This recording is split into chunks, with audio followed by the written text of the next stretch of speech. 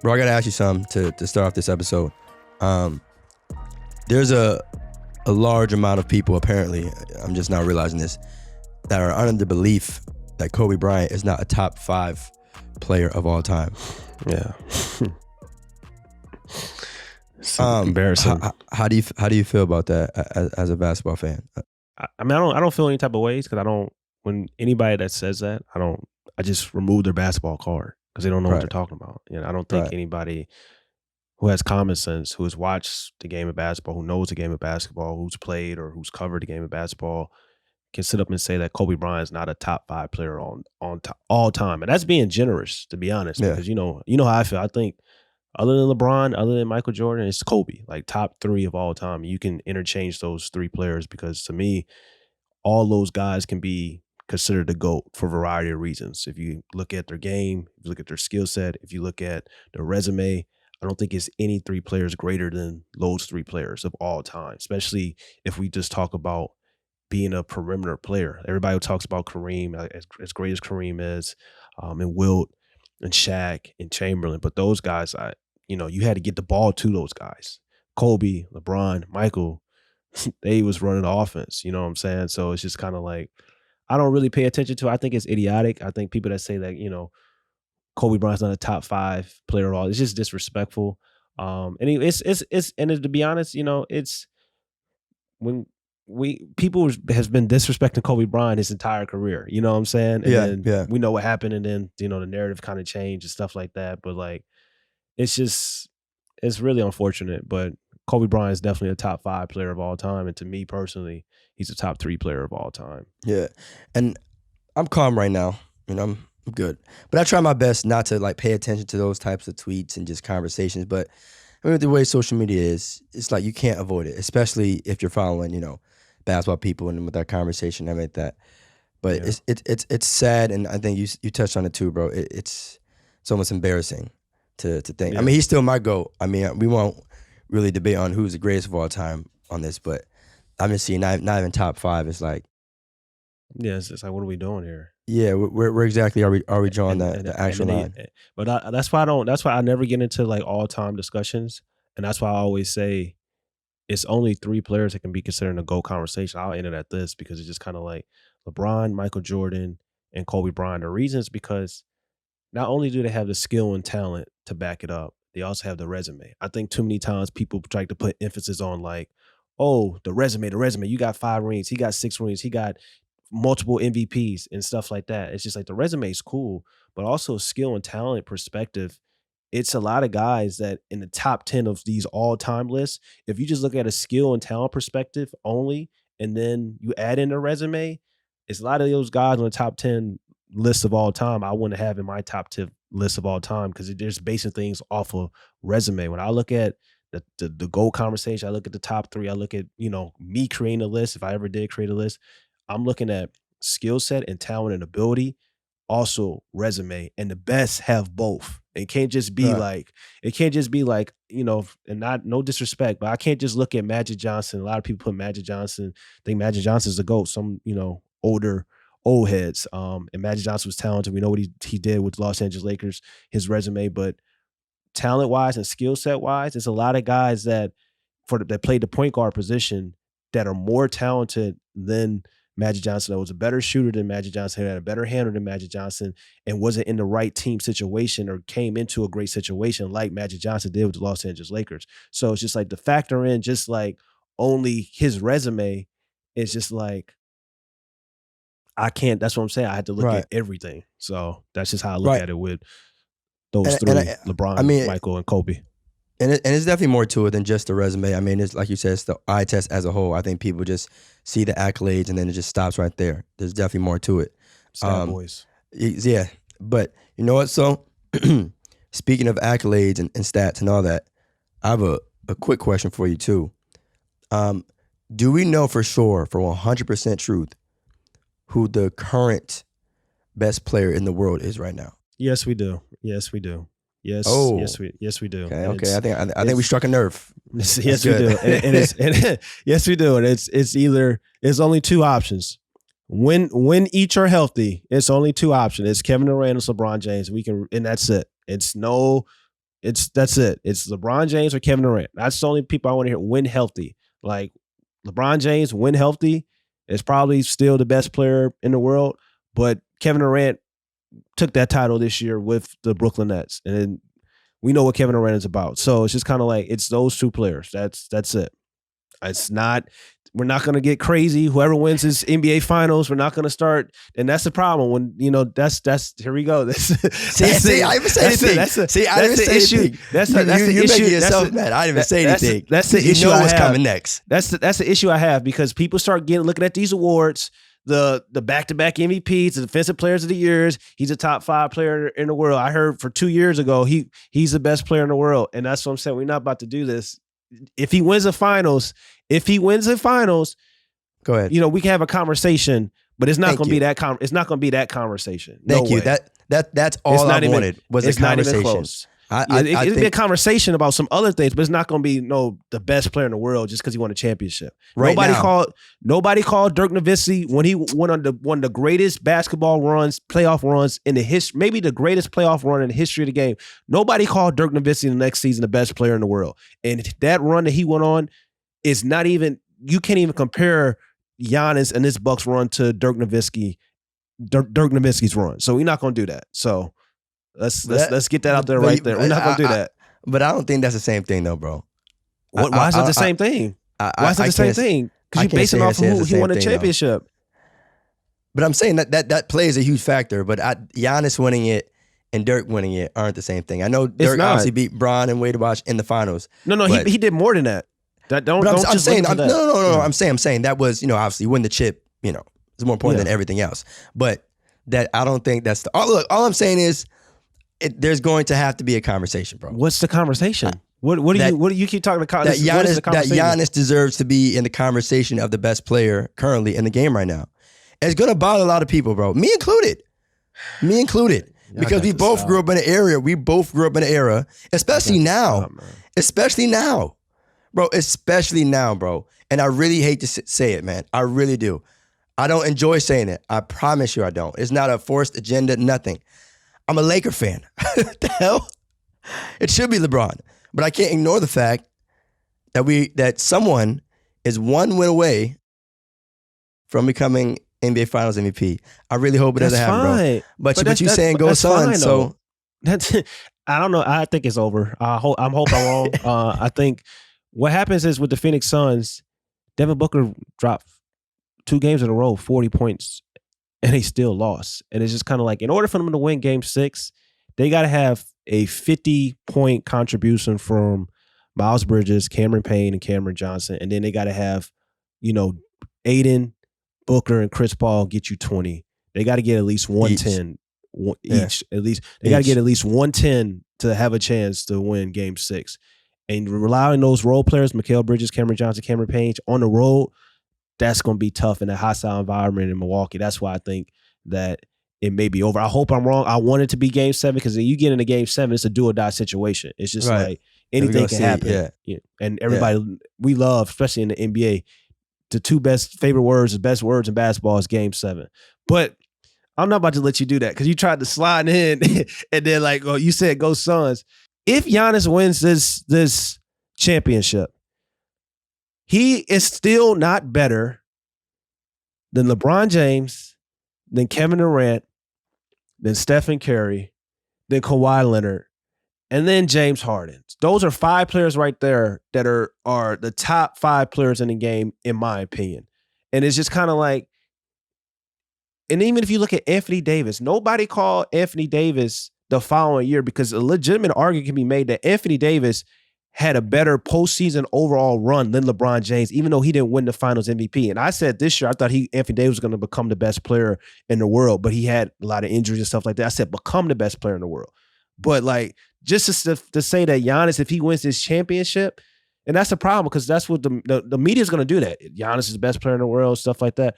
But that's a very flawed, that's putting too much stock on one championship run in a run that's been killed by injuries. So it's just kind of it's not like he went through the Brooklyn Nets and they were, this James Harden, Kyrie, he beat them and stuff like that, or he played a healthy Los Angeles Clippers team in the finals, or he played a healthy Los Angeles Lakers in the finals. He's playing the Phoenix Suns. As great as Phoenix Suns are, it's just kind of like, let's be real. Like, it's a lot of teams that in a Western Conference that, if healthy, probably would have been here instead of the Phoenix Suns. So we can't get crazy with. I don't even think it's a conversation. You may think it's a conversation. I don't even think it's a conversation. Theist. No, I hear you on the Suns, and I mean, I won't. They obviously didn't get lucky. Anytime you make the finals, you make the finals. Yeah. Right? Give them their flowers. But facing teams with injuries, the Lakers no AD. You know what I'm saying, and just that Clippers no Kawhi. But I mean, my thing is I think what's going to happen is, like, a lot of basketball fans and hoopers are probably annoyed with the fact that Giannis is in that conversation, because of the fact that when we talk about just straight up skill, and I mean, we all seen the Harden video, right? That an argument can be made that the best player in the world isn't the most skilled player in the world. And I think that's going to legit bother some people. Because, obviously, you see the jokes, all Giannis does, is get the ball and just drive in a straight line. But if it works, the goal is to win the game. The goal ain't to be like pretty and all this stuff when you do it. The goal is to win. So I can't sit here and say that he doesn't belong in the conversation if he's winning basketball games. But conversation, and they did the same thing with Kawhi Leonard when he won that championship. I get it, like when he won the championship with the Toronto Raptors, but that wasn't even, people were saying that Kawhi Leonard is the best player in the world, and I was kind of like, okay, that was a little bit more understandable because of the run that Kawhi Leonard went on in the postseason. Like, he was a series run, and then the way he was playing, and then he guarded Giannis, and they had the wall in Toronto and all those great things. And it's just like, you can't be, to be honest, like, as great as Giannis is, I told you the problem with Giannis Antetokounmpo.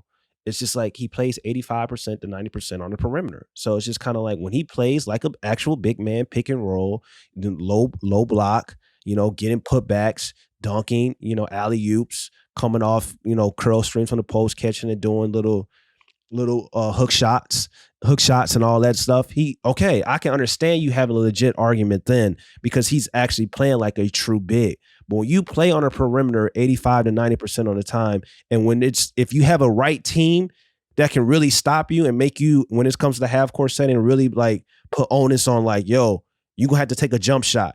The Phoenix Suns don't have that defensive ability. So of course Giannis is looking really, really great right now. But if let's say the Los Angeles Lakers, or let's say the Miami Heat, and they had the person, or Toronto Raptors, those type of teams make Giannis look, worse because of the defensive style that they can play.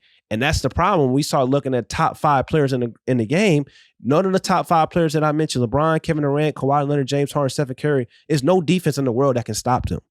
So that's my issue. When you say, like, oh, he wins a champion, yeah, he can win a championship, but it's just kind of like, Giannis is the most dominant player in the history of the game.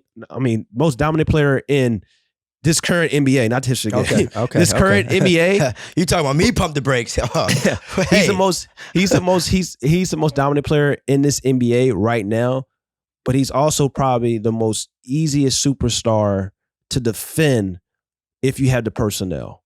I got you. I can't really disagree with that. I mean, in terms of just, being able to, it's easier to adjust, I feel like, for opposing coaches. But, my thing was, and I always say too, it's not even that I feel he was the best player in the world. My thing was, I just think a case could have been made. I think a better case is to say top 5. I don't think that's OD. That's OD. I mean, yeah, Giannis is definitely top 5, bro. Like, I just named you 5 players that are better. Yeah, but I'm not gonna say my 5, but I'm gonna say Giannis is definitely top 5. I'm not gonna say who I'm gonna take out. No, I'm saying I'm not gonna say who I'm gonna take out. You pump faking right now, because you can't sit up and say Giannis is top 5. Who's better? Who's in that top 5 list better than Giannis is better than? Because don't say James Harden, because that's not true. That's not true at all. Well, no, hey, on one episode, I think I overheard you saying that you were on the verge of saying that James Harden was the best player in the league at one point. Like, if it wasn't LeBron, or if it wasn't Steph, or something like that. Like I said, I don't want to misquote you. If it wasn't LeBron, if it wasn't Kevin Durant, you can right. James Harden. Yeah. I mean, which in itself, I mean, who are you taking out? Who are you taking out the list of Kawhi, Kevin Durant, James Harden, Stephen Curry, did you say LeBron AD? James? Did you say? I didn't say AD. I didn't say AD. I didn't say AD. All right, so Not this let's year. stay from top. Let's stay from But top. AD is better than Giannis. Let's take it from top. If we be honest. LeBron, you said. Yeah. KD, Kawhi, Steph, and Harden. Yeah. Who are you taking out? That's a solid 5. That's a solid 5. Because you're looking at because that's what I'm saying. Like, who are you taking out? Oh, because I want to know what player are you taking out of that That's top an 5? episode. That's an episode. That's an episode. Yeah, that's an episode. Yeah, that's an episode. Because you know it's not true. That's what I said. A legitimate argument can be made that he's closer to being a top 5 player in the world. But you know what, being though? the best player in the world. Outside of LeBron and KD, those last 3 guys, if you throw Giannis in there, are interchangeable. Yes, that's what I said. Interchangeable. That's what I said. Okay, so that's what I said. A better argument would probably be like he's closer to being a top 3 to 5 player than the best player in the world. But he's not even close to Kevin Durant. He's not even close to LeBron James. Stephen Curry is amazing too. Like it's like we forget. Like we're really forgetting greatness. Like to sit up and as great as Giannis is, to sit up and say that, you know, if he wins this championship, he's a legit argument can be made. He's the best in the world, and it's crazy because that plays a huge factor, bro. It plays a huge factor. I know because Kawhi won, and he was the best player in the world too. That's what people were saying. Stephen Curry won, and he was the best player in the world. I know. I get it. You acting like we're saying this after a player scores 30. We're talking about winning the NBA Finals. That's the mountaintop. That's literally the best accomplishment. I mean, maybe if you want to talk about, win the gold in the Olympics. But in the NBA, that is the best accomplishment you can have. Winning the NBA Finals. I'm going to tell you something right now. Out of those top 5 guys that I mentioned, you said Giannis, if he wins a championship, he's the best player. You said if Giannis wins a championship, he can be the best player. He can be in the conversation of the best player in the world if he wins a championship. That's what you said. Thank you. Out of those top 5 players that I mentioned, Kawhi Leonard, LeBron James, Stephen Curry, James Harden, Kevin Durant, all those guys can close and don't need a closer. Okay, Chris Middleton is the main guy when it matters the most. Game 6, Game 7 with the Atlanta Hawks. Game 6, Game 7 with the Brooklyn Nets. Timely buckets. Going to in the closing moments. Coming up with those key buckets, those key shots. Getting a play drawn for him at the end of the game to make a go-ahead shot. So it's just like that. There we go, right then and there. And I will say this to give Giannis credit, because as great as Giannis is, he does get it done for the first 3 quarters all the time. So he's consistent. So you got to give him his credit. But here's the problem, though. The problem is Giannis plays on the perimeter 85 to 90% of the time. So when you do that, it's kind of like when you got the ball coming in the rock and you're passing, you're going downhill, you're playing on the perimeter, you're doing your crossovers and trying to get to the rim and Euro stepping and dunking. So it wouldn't be a problem with Chris Middleton doing this if Giannis was a true center. But everybody's going to always point out to the fact that Giannis plays on the perimeter 85 to 90% of the time. So when we look at guys on the perimeter, Kawhi Leonard, Kevin Durant, LeBron James, all those guys, they're closing in the half-court setting. They don't have somebody to have to close for them. So it's just kind of like to say that he's the best in the conversation, the best player in the world, and he can't even close out games. That's almost that's just insane to me. That's asinine. That's crazy. That's I don't know, man. It's just like how can we even do that? It's just like I don't know what this. That's why I don't think it's a conversation.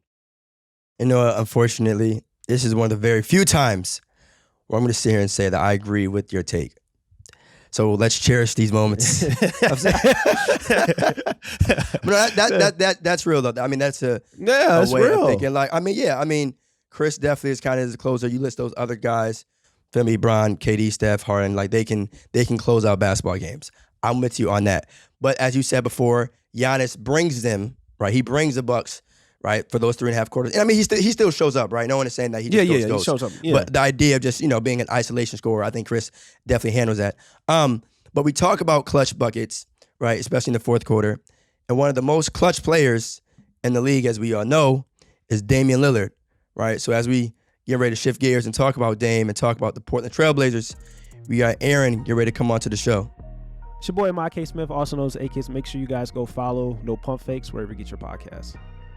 All right, so here we got Aaron Fentress. He covers the Trailblazers for OregonLive.com. What's going on, man? How you doing? Appreciate you for being at the show. I'm doing well, man. Thanks for having me on. I'm happy to be here. Absolutely. Let's get right into it. Dame time. We gotta talk about it. Go ahead. Go ahead. About the weather or anything like that. What is going on with Dame? Ooh, okay. That's an interesting question. Yeah, welcome to the show. Yeah, it's just been a crazy offseason. And just real quick, this is my first year fully covering an NBA team. I've covered the Seahawks, I've covered the Mariners, and I've covered Oregon football most of my career. So this is my first experience dealing with NBA offseason drama. Now, I've followed it before, obviously, but being in the middle of it like this is crazy. It's like I've been joking about how the season's not even over yet. The NBA Finals are still going, and the Blazers have fired a coach, had a controversial hire, and now their star is being ambiguous about his future, right? So it's just been a crazy 3 weeks. But no, I mean, this has all been predictable to me. And one of the things about Lillard the past few years, he's talked a lot about how he wants to stay in Portland. He doesn't want to be a ring chaser. He sort of mocks guys who jump from city to city to go play with their BFFs to try and win a ring. He wants to do it organically in the city with the team that drafted him. But my thing has always been, okay, it's easy to say that at 27, 28, 29, 30. But once you cross 30, that your prime biological clock starts ticking, right? And I like to remind people, Jordan retired after beating Utah for a sixth title when he was like 34, 35. The Heat refused to re-sign Wade to a long-term expensive deal. He went to the Bulls at 34, 35. Dame just turned 31. So we're close to that time where you can say he might not be as potent as he is now. Chris Paul's doing well at 36, but we all know he's had a ton of injuries, right? Yeah. So once you reach that point, you're looking around, you're saying, okay, am I ever going to have a look at a title, right? And in his mind, as much as he has said he wants to stay in Portland, I've always believed that ultimately means I want to stay in Portland as long as I have a chance to win. Now, he has said if I don't win one, I can live with that. But again, I've always said, yeah, but the missing point there is that as long as he's had a shot to win one. And right now he's looking around at 31 and going, we just got bounced in the first round by a team minus Jamal Murray. I'm looking around the league, I'm looking at my roster, and I'm like, I don't think I have a chance to win the title in the next 4 years. And so now he's getting antsy, right? And so now he's saying, look, either we're going to make moves to make us a title contender, or maybe it's time we part ways. And it's a little hilarious for me personally, because I've been saying this for a couple of years, and Blazer fans will be killing it. You don't know Dame. Dame's this, Dame's loyal. I'm like, yeah, Dame's a loyal person, but at some point you want to win a title, right? Like it was like with Clyde Drexler. When the Blazers got to the point where they were no longer going to contend, Drexler wanted to go somewhere and try and win a title. And the Blazers accommodated him. He went to Houston and won one with his boy Hakeem. So I'm not saying this is going to happen this summer. My prediction is it's not going to happen this summer. Even if Lillard went in there and said, trade me now, Neil Olshey. Neil's going to be like, look, dude, I signed you to the Supermax. I got you for 3 with a player option.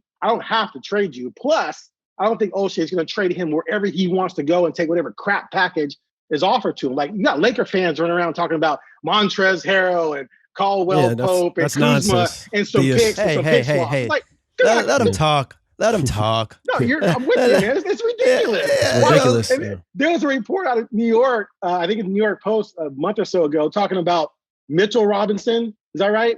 Yeah. That's the backup center, right? Mitchell Robinson and 4 first-round picks. I'm like, you got to include Barrett, Toppin, right? And some everybody. Think about it. Because if you're the Blazers, you don't want to be in a position where you just have a bunch of veteran guys and you're going to be bad. You want some young assets you can use. And when you trade a guy like Lillard to another team, those first round picks are meaningless because they're all in the 20s, right? Mm-hmm. So anyway, to sum this up so you guys can get to another question, I think we're at a crossroads right now, but I think at the very least, he's going to play out this season. Back that up. I think they're going to make a move this summer. And then I think he's going to play out this season. And then next year, if it's like, okay, this isn't going to happen, then I think it's the best moment for both teams to say, okay, let's figure out what we can do for both parties to come out with a win-win situation. So we've seen stars and superstars request trades before, right? Especially from teams that drafted him. And if that ends up happening with Dame, how do you think the city of Portland will treat Dame, I guess, in his next official road game, if he does go out his way and request that trade? The gist I'm getting right now is that most are already blaming O'Shea for everything. So I think they'll blame O'Shea for Dame leaving and still let Dame go and love him and understand why he left. One of the problems with this market is that there's a lot of angst in this town about this team. Is the Blazers haven't won a championship since 1977. So 44 years? And the looks they've had at them, the Drexler Lakers lost to the Bad Boy Pistons, Magic in the West Finals one year, and then the Bulls. Like, that's a hard trio to get through. Then you fast forward to the 90s, they lost in the Western Conference Finals to Duncan and Robinson, then turned around and lost in the West Finals to Shaq and Kobe, right? Yeah. So they've been close, but they've never had those major, multiple marquee stars to put you over the top. So now we're in this era with Lillard, and you're in an era where what's happening? Everyone's joining up with their BFFs across the country. I always laugh when Blazers fans say, it's a shame they haven't been able to build a title around Lillard in 9 years. Well, let's go through all those 9 years. I mean, LeBron has won 4 in those 9 years in 3 cities. So LeBron's running around joining people in Miami. Then he's going back to Cleveland with Kyrie and Love. Then he's going out to LA with David or Anthony Davis and LeBron. How do you possibly, if you're Portland, get a crew together to beat that? What do you do about KD going to play with KD going to play with Curry? So that's 6 of the years right there. There's no way in hell Portland could have ever built a team to beat any of those teams. That's true. Short of getting Anthony Davis or getting LeBron or getting KD, right? And you're not going to say he should have won a title his rookie year. They were bad. Or his second. So the years disappear really quickly when you look at them individually. So Neil O'Shea has been up against it in this market. I say this in this market, which is like 95% white. Young black men with millions of dollars who have choice do not circle Portland, Oregon as their destination to go live. They just don't. That's true. Yeah. When I work in the Oregonian now, I spent the last 7 years working other places, and before that I was 21 years at the Oregonian. And even at the Oregonian, we had trouble getting African-American journalists to come to Portland because the black community is really, really small. And I know some white people are like, well, we like the black players. Well, that's great, but that doesn't mean the black players necessarily want to live in an area where they can't see other black people.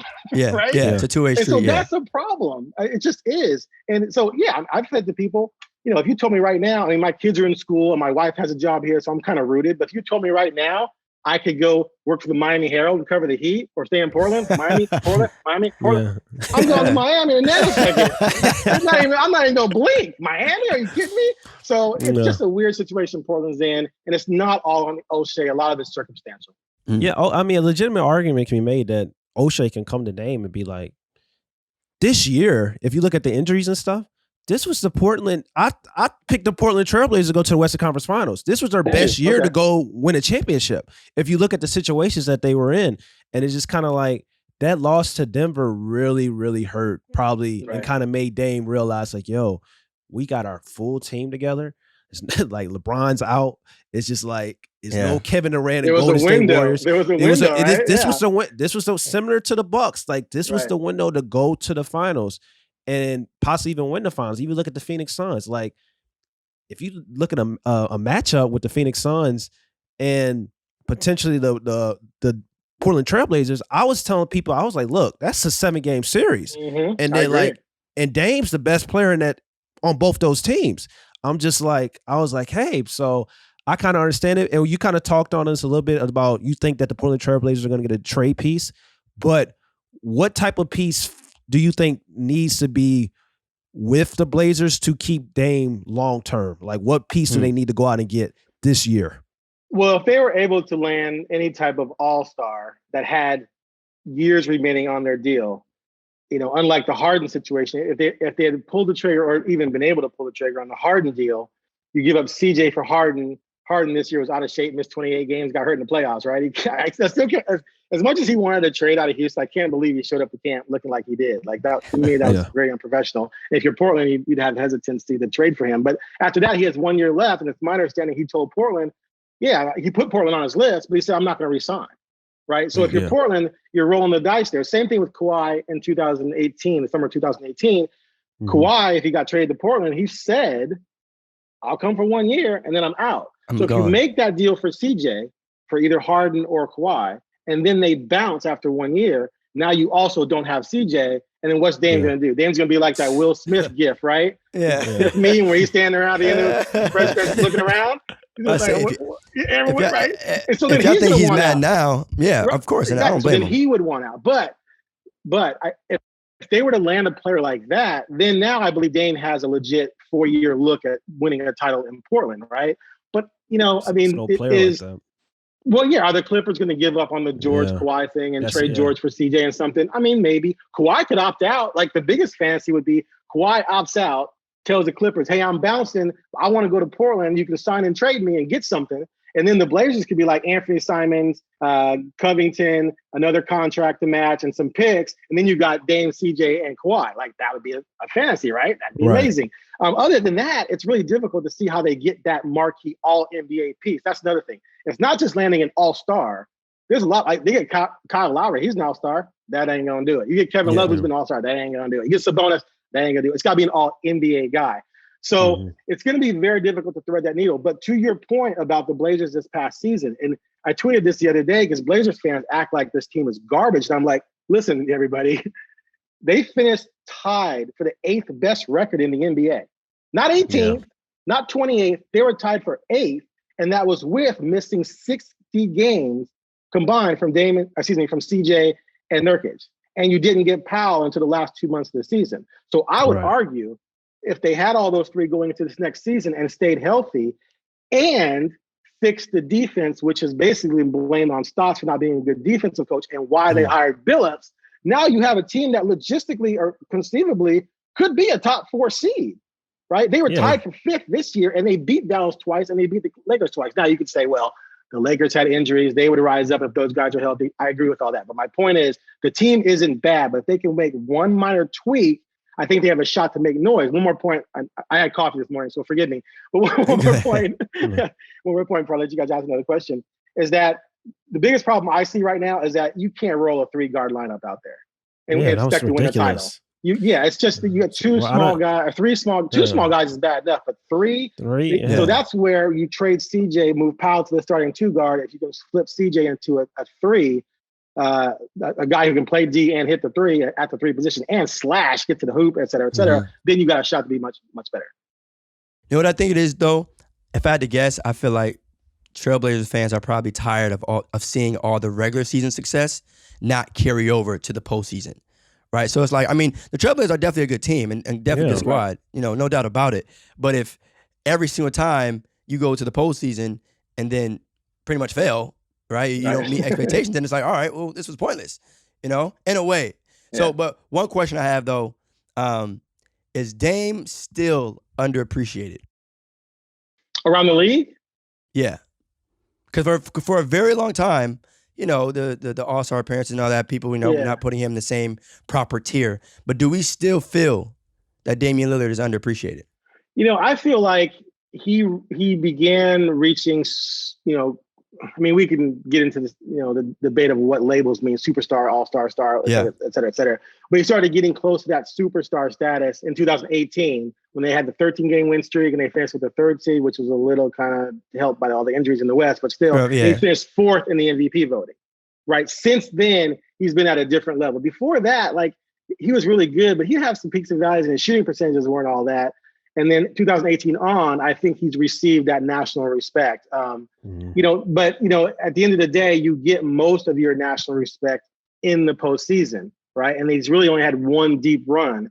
Now, I have to give the Blazers a little bit of a pass for the COVID year because Nurkic missed everything till the bubble. They lost Zach Collins. Now, Zach Collins wouldn't be a superstar, but he's missed 2 full years. That guy, valuable piece. He's a 7-foot defensive-minded guy whose 3-point shot was developing. So even if he gave you 14 and 7 and some rim protection, you're exponentially better than Cantor. That can go a long way. Yeah, as good as Cantor was rebounding and putting stuff back, he's so bad. I mean, I've interviewed He's a great guy. I've interviewed him one-on-one before, but he knows it. He's not a defender. And we saw what happened against Denver. Like, I think he had a stretch where he was like, in the first half of one game, he was like minus 15 when he was on the floor, something like that. So Collins would have helped a lot. So you have to give a pass, I think, for that season. And so then you end up with the 8th seed and you play AD and LeBron, right? But to your point, yes, fans are tired of seeing that.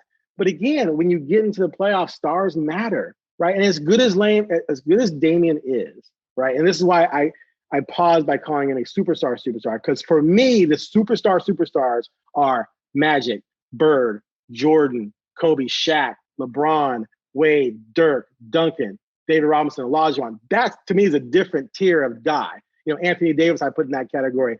I'm about to put Luka in that category, right? You put Durant in that category. You put Giannis, Curry in that category. You put Giannis, there you go, Giannis in that category. I think Dame's a notch below that. And so therefore he's not a guy where you say, if I have Dame, I'm guaranteed to win the title. I should win the title. Because Dame's got to compete against LeBron, Durant, Curry, Kawhi. And some of those guys are hooking up together, right? Yeah. So, Yeah. So I would say too, I mean, you mentioned some of those guys are hooking up together. And the final question that we have for you is how do you feel about the idea of players joining up versus, you know, guys just being loyal? And at what point is that going to cost players in general? Not just Dame. Cost them what way? Cost them in terms of, I don't like to use the word legacy, but like, do you ever think there's a sense of regret in terms of like, man, I should have just said, you know, whatever, I don't care. I'm trying to win a chip, so I got to leave. I have ranted against Kevin Durant going to Golden State since the day he did it. As a matter of fact, I tweeted something like, it's one of the most cowardly moves in the history of NBA superstars. And I stand by that. And I remember I got into it with Twitter on Twitter that day with his brother, and he ended up blocking me. I was nice about it, but I'm just like, Durant and the Thunder were up 3-1 on that 73-win Golden State team. They were right there. And Durant had a horrible game 5 and 6, lost to them, and then went to them. Right? So you destroy the Thunder, the second best team in the West, and you go to the already best team, maybe in the league, even though they lost to Cleveland. To me, there was no way they weren't going to win a title. like unless someone got injured, which happened in 19, it's impossible. How do you add arguably the second best player on the planet to go join the third best player on the planet on a team that won 73 games? That to me, and I don't know how other people feel. I mean, it seems to be mixed, but how does anyone respect those titles for Durant more than you hit some buttons with him out? You go, okay, that's fine. How can you respect those titles more than Dirk? Like I've said this before, Dirk's one title in Dallas, it's one of the greatest runs of all time. Beating the super team of the Miami put up there is more impressive to me than any of LeBron's titles and any of Durant's titles. And it's not even close. Like it's more impressive than all of them combined because he got parts around him. Kidd past his prime, Sean Marion past his prime, Drazen Petrovic. No, Stojakovic. Sorry. Yeah. Past his prime. Who else did they have? Chandler's on that team. Butler, Tyson Chandler. Right. That was a solid team. I know it was solid, but it wasn't. Yeah. But it wasn't Wade leaving Miami to go to Dallas. Right. It was more organic in bringing in guys who weren't megastars. So to my point, I think it depends on the how everything came about. But yes, I do think it hurts. It's difficult for me to say someone is amazingly great when they had to go jump to another team to get someone else amazingly great to win a title and go, hey, look at us. You guys play pickup basketball in the schoolyards, right? Right in your life, right? Of course. Right? Okay. I remember back in the day, you go to the park to play and there'd be 5 city all-stars there because you all grew up together, right? And they were high school all-stars. And they'd all join together and play and run the court all day and talk about how great they are. Well, yeah, you're the 5 best players in the park. You should run the court all day. But that doesn't mean individually you guys are all amazing. It means you had to join forces, split it up, make it competitive. That's just my feeling on the subject. So go ahead, rip into me, my man. I'm ready. I'm going to let my run. Defend your boy Durant. Defend your boy Durant. I would say that you make some valid points with Dirk Nowitzki, but I would say that it's not just Kevin Durant or LeBron James, but Dirk Nowitzki's run is probably the greatest run of all time for an NBA superstar. So you can make that claim out of any NBA legend, any NBA superstar, that Dirk Nowitzki's run was probably one of the greatest runs in the history of the game. And when it comes to the Kevin Durant situation, and I hate when people say like his rings don't matter and his rings don't count, because you got to look at Kevin Durant in his perspective. Kevin Durant, this is a guy that did everything with Oklahoma. He was an MVP. He was scoring title. He was Rookie of the Year. He was on the All NBA teams. Texas, right? You said Oklahoma. You said Oklahoma. He went to Texas, didn't he? Yeah, Oklahoma Oh, City you meant Thunder. Oklahoma City. My bad. My bad. Sorry. Oklahoma City Thunder. Sorry, He had everything. He had every achievement and accolade that you can want to have as an NBA player with OKC. The only thing he was missing was a championship. And we know, especially your generation and how they talk about rings. If he doesn't have a ring, he's not this great of a player. He can't be top 10 of all time. So you know what? Kevin Durant was like, you know what? I'm going to go to Golden State. I'm going to get my rings. I'm going to be the best player on the Golden State Warriors. And he was the best player. It wasn't like he was playing second fiddle like people were trying to say. He was the best player on the Golden State Warriors. And then not only that, he went out and beat the guy that's in the GOAT conversation. Regardless of the fact that you can say that one team is better, people are going to look at that. People are going to look at the situation. They said, you know what? Kevin Durant beat LeBron James. And we got to understand that LeBron James, those teams that he had with Cleveland, it wasn't like he had the 2018 Cavs, and it was like he went to the finals. It was the 2018 Cavs, and then Kevin Durant was just beating them. He had Kyrie, he had Kevin Love one year as well. So people are going to look at that as well and be like, you know what? 2017 was a great NBA Finals, even though LeBron James lost and he had Kyrie Irving and Kevin Love. So you're saying, I can't. Hold on, Aaron. Let me say this. So you're saying, Ahmad, that it's not an issue. You're right. You just mentioned that Kevin Durant beat LeBron James, right? But it's not an issue that KD's team was better, right? It's not an issue. Way better, like leaps and bounds better. Way better, right? I'm not saying his team wasn't better, but I'm just saying that if you had LeBron, if anytime you got LeBron James, you always got to have a chance of winning. I know that basketball is a team sport, so I can understand that, you know, the better team usually wins, but you had the best player in the world, you still have a chance. That's all I'm saying. The Golden State Warriors in 2016 was the best team in the world, but you know what? They had LeBron James was the best player in the world, and we saw what happened with that. That's all I'm saying. Right, and then you add KD to the Warriors, and that tips the scale. So I can't give KD credit for beating LeBron because he had to run to Golden State to do it. Like, why didn't he just come back the next year and beat Golden State and then beat LeBron? That would have been impressive. That would have been impressive. That you're definitely right. But it's at the end of the day, nobody's gonna really remember those circumstances. They're gonna remember. They're gonna remember Kevin Durant and his rings that he has. Okay, let me make one more point. Go ahead. Let's go back, since you mentioned, the old school thing and the thing with rings. Let's say Michael Jordan, when the Bulls lost to the Pistons in the East Finals for the second straight year, Jordan said, "You know what? Screw this, man. I'm gonna go to the Pistons." And then you win a title. Do you think he would get the love? No. What if Karl Malone, after losing to the Bulls in the finals, said, "You know, I'm gonna leave Utah and go to Chicago"?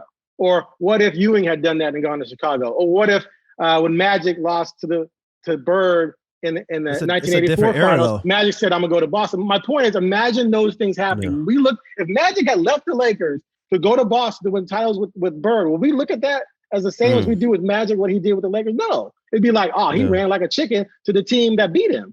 Dude, what Durant did is, if you're a competitor, if you have heart and desire and you want to compete and grind, you don't do that. Yeah, you can say the same thing about any other NBA superstar in this era. You can say the same thing about Kawhi Leonard teaming up with Paul George. You can say the same thing about LeBron James going to South Beach. This is a different era. Paul George didn't have any rings. Paul George didn't have any rings. He wasn't two-time MVP. True. And the Clippers had never won anything. That's different than going to he went to a 73-win team with a two-time MVP. It made him a dynasty. It made him a dynasty. Right. And he made him a dynasty as the best player on those championship runs. It's not like any player in the league could have gone there and done that. That's not true. Any all-star in the league could have done that. That's not true. Okay. That's not true. Right, Paul George. If Paul George went to the Warriors, they don't win the title. They win the title. I'm picking LeBron James, Kyrie Irving, Kevin Love over a Paul George, Klay Thompson, and Draymond Green. I don't know about that, bro. I'm picking LeBron James. I don't know about that, bro. What you talking about? Kevin Durant is definitely better than Paul George. Don't get me wrong, but come on, PG is still PG. No, I respect your opinion, but I just absolutely 100% disagree. No, either way, man. I mean, I just asked that because, going back to the Dame thing, I think what's different about Dame's situation is that, I hate to say it, but he's not in such a winning scenario. This is a great point. Because he doesn't have that second All-Star. Right. But this is a great point though. We're talking about Dame wanting to eventually leave Portland. and he doesn't have half the accolades that Kevin Durant has. Only Yeah, thing Durant's that Damian way better Lillard player. still, but it's just like Dame doesn't have an MVP. He has a Rookie of the Year award, all NBA teams, but he doesn't have half those accolades. So it's just like the pressure of like Kevin Durant winning a ring and making sure that he solidify his legacy with having rings is, you got to kind of understand his perspective. When you have everything and you're missing that one thing, here's the difference. It's just like, you know what I'm saying? You have to understand his perspective. I understand that, but remember that the key, it's not like Durant left. Okay, when Barkley went to the Suns in the 90s, I get it, yeah. the Sixers sucked. Yeah. Durant was on the third best team in the league, and they were up 3-1 on the Warriors. They were right there to beat the Warriors, and they'd already been to the finals once. He was on that ascension. Jordan went through that same journey. Isaiah Thomas went through that same journey. Dirk went through that same journey. LeBron went through that same journey and then jumped ship. Durant was going through that same journey and then jumped to even better shit. That's my problem. Because I believe, I was pissed off more at the idea that he didn't have that desire to come back to beat their ass as opposed to joining him and taking the easy route. Because I thought they were going to beat him. I was pulling for him. I wanted him to win it in OKC so badly. 6-7 years is hard to say that a guy just 6-7 years ship. is nothing. No. But the timing, the duration, just jump ship, man. The duration doesn't matter when you're that close. My thing is like, if you're Dame and you look at your roster and ask yourself, can we win a championship? If the answer to that question is no, then I get why you leave. But some tells me if you're KD and you look at your roster and say, can we win? And you're saying that team could have won a chip. Yeah, no shade to Portland.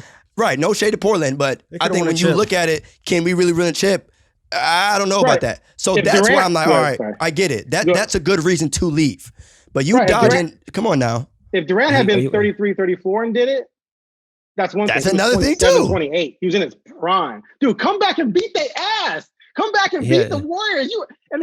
I said this earlier. He had bad games in 5 and 6. I'm not gonna say he choked, but he had them against the ropes, and he went out there and shot like 30% or something like this in those 2 games.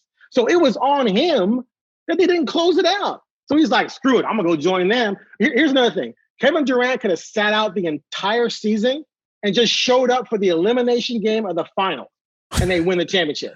Because remember, who in the West was gonna touch them other than OKC, and OKC didn't have Durant anymore? No one. They had just won 73 games. So literally, Durant could have sat out the entire season and showed up for Game 5 at Cleveland and won the title and go, hey, look at me. After 6 or 7 years, after 6 or 7 years of playing with a team that you felt that had reached its pinnacle, and you felt that wasn't utilizing your play style, because if you listen to Kevin Durant, he talks about the situation with the Golden State Warriors. He talks about the play style with the Golden State Warriors and how he wanted to play in a play style like that and not have to have so much of the responsibility when it comes to like being the only guy on that roster in OKC that can really shoot. That can really but that play. Exactly. That's a good point though. That is a good point. I didn't want the burden. That played. You can't. But he had to burn it for 6.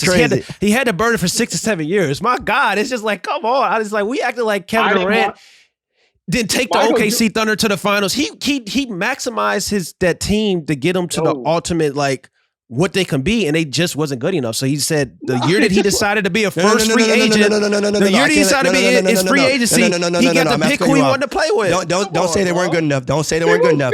Say they didn't get it done. Say they didn't get it done. Don't say they weren't good enough. The Trailblazers aren't good enough. Don't say they weren't good enough. There's a difference between not being good enough and not getting it done. Exactly. They went to the finals and they lost. They didn't get it done. Get it done. Now the Heat, you know what I'm saying? They're a good team, but you get it done. That's all we asking. But we got on a Durant tangent for a while. Anything else about Dame? Nah. As fun as that was. But that's overall just the idea of, players leaving. And I get it too, right? Like it is a loyal thing. It is like the team that drafted me, all this and that. But I think we all can agree, right? It's damn if you do, damn if you don't. Yeah, but we want to see Dame shine. Like, to me, I don't care what team it is. I don't care what team it is. I have no loyalty to Portland Trailblazers. I just want to see him shine, and I don't want to see his career get wasted. So, but people were comfortable with seeing Kevin Durant's career get wasted. That makes no sense. It makes no sense. Stop bringing up KD, bro. It makes no sense. Stop bringing up KD, bro. You guys got it. It's not waste. It's not the same. It's not the same. Like I said with Dirk, like said with Jordan, like I said with Isaiah, like it's just not the same grind. He took the easy route. The grind with Michael Jordan, with all the guys got washed, Larry Bird and Magic Johnson, Isaiah Thomas got hurt, and he had to go he was through on that gauntlet.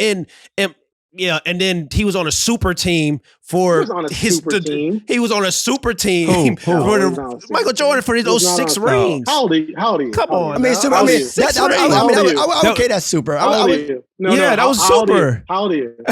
I'm 28. Okay, so 28. That means you were born in 93? 1993, yeah. 93. Okay, so you didn't really watch that era. Yeah. That first three-peat team was. Here we go with the Magic talk. Lakers. No, I'm saying it was organic. Like Pippen was an NAIA player who they traded for on draft day, and that first year they won a title, he was like 17 points a game. He wasn't even an all-star yet. Grant was a nice role player. That was not a super team. John Paxson and Cartwright, that's not a super team. That's a team built organically around Jordan that finally, after 7 years, broke through and won. And in part because, the Celtics fell off and the Pistons took over, and then they fell off. Right. That's part of the grind of climbing up to be in the top. That's how it usually works if you look at history. Nowadays, though, teams get all anxious. Like right now, they're talking about they haven't built around Zion yet, and his family's upset. Zion played 1 full season. Who the hell is Zion to have if that's true? That's true. That's true. Yeah. They didn't build around me yet. Yeah. You've been in the league a year and a half. You missed almost your whole rookie season. Luka. Yeah. They need to give Luka some help. Luka's been in the league for 3 years. Like it's just getting insane with this. He needs help. He needs help. Because it becomes this constant narrative of who needs the help. Right? It's part of the NBA drama. Right? But what happened back then was natural rise of how you become great. But even when Jordan broke through and the Pistons and the Lakers were gone, you still had Ewing running around. You had Malone and the Jazz. You had Barkley. You had the Sonics with Peyton and Kemp. Like it wasn't like there wasn't great teams out there. Olajuwon. I mean, I could go on and on. Also, Shaq and Penny. He beat their ass. A lot of good. Right? A lot of great. I'm just saying. And also, Shaq was with Kobe when Jordan won his last 2 titles. But Kobe was a baby, right? But I say that was grow and mature. Baby Kobe. I'm just saying it's part of the growth and maturity. Shaq got swept by Olajuwon. Why? Yeah. Because Olajuwon was a grown ass man and Shaq was a little boy, NBA wise. So it's part of the growth and maturity. That's why when you say Durant, 7 years, oh my God, that's part of the journey, the fight through until you break through. He decided, I'm not going to fight through and break through. I'm going to go over there where I'm guaranteed to get to the final. Or that's one way to look at it. Or you can look at it, he decided to take his own career in his own hands. That's another way of looking at it. Yeah. I mean, like you said, bro, like I think another thing too is with the oh my God. It was about fit too, though. It was about fit.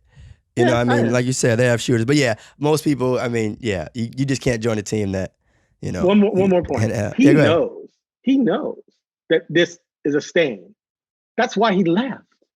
To Brooklyn, you're saying? Yes. He knows he needs to go somewhere else and take a team that's not won it. Well, even if he brings a buddy with him, I was going to say, he's also playing with James Harden and Kyrie now. No, I know that. But Harden came after the fact. Him joining Kyrie, I have no problem with it. Like, Dame wants to star. Everyone wants to star with him. I don't have a problem with him joining up with Kyrie because Kyrie has never been a point of a title. And Durant really hasn't, as far as I'm concerned. Yes, he was the best player on Golden State, but that team had already won. Like I said, they'd already won a title. They won 73 games without him. They need him. He needed them. Fact. So So he knows he needs to go somewhere else and win a title to basically help his legacy. He knows that. 2019 would say that's cap. They needed Kevin Durant, but I hear you. When they lost to Kawhi Leonard and the Raptors, that was a perfect chance to prove that Draymond Green cursing Kevin Durant on the bench saying, "We don't effing need you." That was a perfect time to prove that they didn't need Kevin Durant. But I hear you. It is what it is. We appreciate you, Aaron. Any more dating questions? If Kevin ever sees this, I'm gonna get a bunch of hate. But yeah, man, thank you, man. No, seriousness, definitely, respect your opinion. And if anything happens. Go ahead. Go ahead, Aaron. No, I said if anything happens with him to not let you to delete my Durant takes. Oh, no. This is no puff fakes. I'm kidding. I'm kidding. Oh, yeah. If anything happens with Dame in the future, we're definitely going to try to get you back on, though. Yes, sir. Absolutely, man. Absolutely. I find it all absolutely fascinating. Like, I just think the NBA offseason with all the drama, they did a great job at making it seem like a soap. right? Like a soap opera. It's theater. Like, who's it's going to theater. go like a daytime? Yeah, It's theater. And It's theater. It's fascinating. So I'm going to be very interested to see what happens with. Obviously, I'm paid to figure out what's going on. Yeah, so, anytime you guys want me to come on again, just let me know. Definitely, man. Thank you, man. Appreciate it. All right. Cap or no cap, Jason Tatum will win his first chip before the age of 27. Man, I got the STL cap on, so I got to represent exactly. JT and the Lou. Yeah, before 27. Before the age of 27. How old is he right now? He's 23, right? According to Twitter, he's 19 still. I'm gonna say cap. And the reason why I'm going to say cap is because he's with the Boston Celtics, and I do not trust that organization. And That's tough. you know where I want him to be in the future, and you know what I'm hoping for that happens in the future. But I don't trust the Boston Celtics organization. As great as the Boston Celtics roster and teams has been over the years, I just feel like they kind of probably missed their window. We're starting to hear a little friction of can Jason Tatum and Jaylen Brown play together? Having two wing players, has that ever really, other than Michael and Scotty, when's the last time we really seen Wade and Bosh? Wade and Braun. I know Braun. That's true. So that's true. But since Wade and that was very hard though as well. Right. Out even that they lost to the Mavericks and they lost to the Spurs. But it's very hard for a wing tandem to really win the final. We're starting to see some of the same struggles with Kawhi Leonard and Paul George. People are saying should they pick? You know what I'm saying? Because it's just it's sometimes the number one guy and the number two guy both think they're the number one. So it's just kind of with the situation with Jason Tatum and Jaylen Brown, they're both extremely talented. I hope they figure it out. But I just don't trust the Boston Celtics organization as a whole. So I'm gonna say definitely cap. Unfortunately, but it's gonna be MVPs in that before that 27. I know. Yeah, that. I must say it's only a matter of time for I think he gets his first MVP. But as we all know, man, winning the chip is definitely tough. I will say though, I definitely want Boston to keep Jason and Jaylen. I know they've been in talks with getting a trade for Dame, which hey, if you get Dame, that's nothing. You kind of does nothing. So adding Damian Lillard to your team does nothing. Dame and Jason Tatum. You don't like that as a. If you just said that two wings as a tandem isn't ideal. That's true. Dame. You get a point guard and a wing. Dame and Jason Tatum. Kyrie, Kevin Durant. Yeah, come on now. Kyrie, Kevin Durant, Steph, James KD, Harden. Russ, KD, that. That would be interesting. That would be definitely interesting. But I don't think that. I don't know. It's Jason Tatum's an interesting type of player because he's kind of like the modern day Generation Z is kind of version of Kevin Durant in a way. So it's kind of you can probably it's easier to put Jason Tatum in different systems than I think it is for Damian Lillard because as great as Dame is, he doesn't really facilitate well enough to me to really get a team probably over the top, Yeah. I would prefer Jason Tatum and Trae Young. I think that would be a championship. More so than a Damian Lillard and Jason Tatum. That would be lethal. If Jason Tatum had Trae Young, that's a championship in the next 3 years. I don't know if Jason Tatum has Damian Lillard, I don't know if they would win a championship. But I will almost guaranteed if Jason Tatum and Trae Young teamed up, they would probably win a championship in the next 4 to 5 years. But Damian Lillard and Jason Tatum, I can't really. It would be cool, but I don't see a championship automatically because of the facilitating piece of it. Because of the facilitating piece, I'm stumbling over my words. Because of the facilitating factor. Factor. So I think the good thing though is that one, I definitely agree, but Jason doesn't necessarily need that, if that makes sense.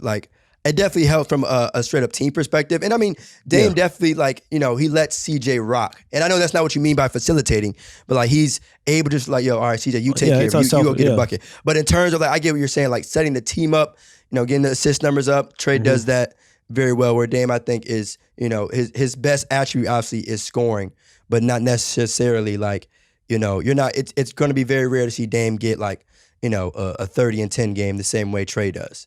Yeah, But, and even if you look at Jason Tatum and how great Jason Tatum is already in isolation, creating off the dribble, his game can still get more simple. Like I talked about like him being like Generation Z's version of Kevin Durant, but that's just really the one-on-one style of play. But Kevin Durant is come off screens, catch and shoot, come off a curl screen, hit in the second zone on the basketball court. Jason Tatum hasn't even unlocked that yet. He's still young. He's still young. So it's just like having a point guard that can, get him easier shots. And he's like, yo, Jason Tatum, you don't always got to create off the dribble. You don't always got to do the between the legs side step three. Let me get you some easy looks. Yeah. Dame is not going to do that. Trey Young would do that. You know what I'm saying? Yeah. So that's why I feel like for a game style and play style, Trey and Jason Tatum will feel way better, and also probably will help Jason Tatum's game become more simpler. With Damian Lillard, Jason Tatum's game doesn't become more simpler. With Trey Young, it does. Yeah, and that's a huge piece of what we're saying. Just understand, this isn't like, okay, we're saying Trey is better than Dame. That's not it. It's the fit and the actual style and the way these guys would complement each other on the basketball court. Like, it's not just, all right, what? Well, I'm saying, I'm like this. I'm saying you're not coming out loud and saying, whichever one you think is better, fine, whatever. But I'm saying, though, that's not your reasoning, at least. No, and your that's not explanation. Yeah. That's what I'm saying. That's not your reasoning. Hey, if you think one's better, by all means, cool. I'm just messing around. Clear, but like, no one is saying like, oh yeah, is better. So that means like just because a player is better doesn't always mean that he will fit in, right? Exactly. The right way with another player. Exactly. So. But for the sake of no pump fakes, go ahead and show on it, bro. Right now, legitimate argument can be made that like I probably would take Trey Young to run my team as the number one option over Damian Lillard right now. It's funny when it comes to like takes and debates, bro. I'm all about what's happening now, like most recently. So I'm not mad at that. I'm not mad. Like, feel me? And there's no, yeah, right now. Dame definitely hoops, but we saw what Trey did in these playoffs. So first playoff run, he's made it to the Eastern Conference Finals, and Dame has been in the league a long time, and he's been to the Western Conference Finals once. So, and part of that has to do with not having a, I'm not gonna say he has a solid team, but part of it has to do with organization, but also part of it has to do with guys' certain play styles. So it's easier for teammates to come together when a guy's play style is more similar to like LeBron and. Like when we talk about facilitating and stuff like that, like on Trey Young, instead of being that ball dominant type of point guard, like a Russell Westbrook, because Damian Lillard's a ball dominant point guard as well. Yeah. So it's a conversation we may have to talk about another day. On another episode, facts. But yeah, that's a wrap for this episode, y'all. See y'all on the next one. You already know. Peace. What's up, y'all? It's Theus McBee. Make sure you go follow No Pump Fakes on YouTube, Apple Podcasts, Spotify, and wherever you listen to your podcasts.